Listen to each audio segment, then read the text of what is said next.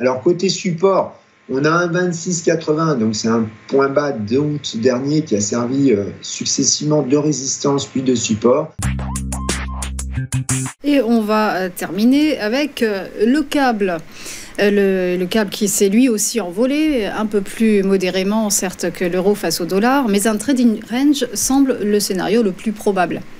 Oui, donc la question importante est donc de savoir si la faiblesse qu'on attend sur le PIB au Royaume-Uni est dirigée par la demande ou par l'offre. Les membres de la Banque d'Angleterre sont partagés sur le sujet, mais les indices des directeurs d'achat font penser que cela proviendrait plutôt de la demande. Alors, en fait, on en saura plus avec des petits sondages privés qui vont sortir cette semaine. Je pense à celui de KPMG sur l'emploi, l'emploi via les agences de recrutement. Je pense aussi au BRC, British Retail Consortium, sur les ventes au détail. Et le RICS, donc, sur l'immobilier résidentiel.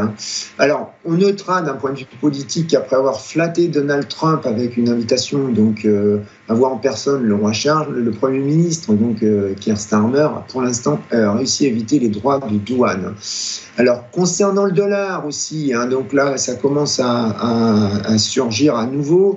Un shutdown du gouvernement américain n'est pas improbable ce vendredi, puisqu'il va y avoir un vote à faire pour un Continuing Resolution Bill, c'est-à-dire une loi intermédiaire pour combler les trous, donc le truc, c'est que la Chambre des représentants, les républicains ont une majorité faible, et surtout, donc, si ça passe au niveau du Sénat, il faudra une majorité renforcée. Ça signifie que certains sénateurs démocrates devront la voter, et étant donné que c'est le peu de pouvoir qu'il leur reste, il se pourrait que ça passe mal et que ça bloque.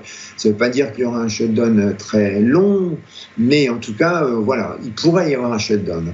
Alors, côté analyse technique, le câble a réalisé aussi une performance impressionnante, un peu moins élevée puisque 349 000, c'est quand même beaucoup.